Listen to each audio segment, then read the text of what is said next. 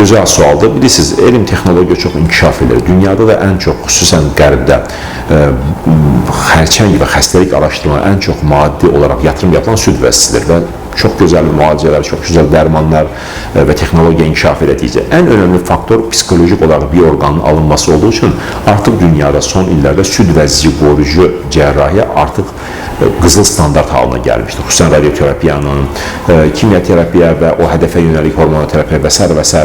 onkologiya ilə bərabər olan dərmanlar bizi cərrahiyyədən açıqcası uzaqlaşdırır. Bir cərrah olaraq bizim üçün bu fərqli bir xəbər, amma xəstənin yaxşılaşması və xəstəlikdən sağalması üçün işte onkoloqlarla, şua diagnostik həkimlərlə, radioloqlarla bərabər və s. düzgün bir şey, patoloqlarımızla bərabər bir komanda şəklində qərar verməmiz lazım. Artıq sevindirici xəbər odur ki, dünyadan xüsusən radioterapiyanın və xüsusi yeni onkoloji dərmanın inkişafı ilə süd vəzisi qoruyucu və onkoplastik cərrahiyyə çox inkişaf eləmişdir. Yəni, sadə izah eləsək, biz müasir şərtlərdə ki, ölkəmizdə də artıq illərdir icra edirik, şişi süd vəzisini qoruyaraq, təbii ki, burada frozen patoloji histopatoloqla, radioloqla bərabər, onkoloqla bərabər çalışaraq, şua diagnostik həkimimizlə bərabər, şişi və qoltuq altına xüsusi bir maddə yol verək, qoltuq altını qoruyaraq, xəstənin ciddi bir kosmetik və orqan itirilmə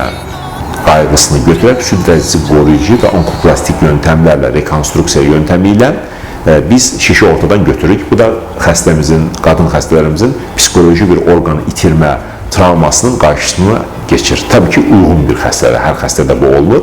Düzgün protokollarla, qaydalarla, düzgün onkolojik müalicə süd vəzisi qoruyucu və onkoplastik maksimum, yəni şiş çıxarılmaqla bərabər plastik rekonstruksiya öz orqanlarına və yaxud da o protezlərlə, silikonlarla, qreftlərlə yerinə qoyulması ən önəmli faktorlardan biri hesab olur ki, xəstənin psixoloji olaraq orqan itirmə qayğısının önünə keçir.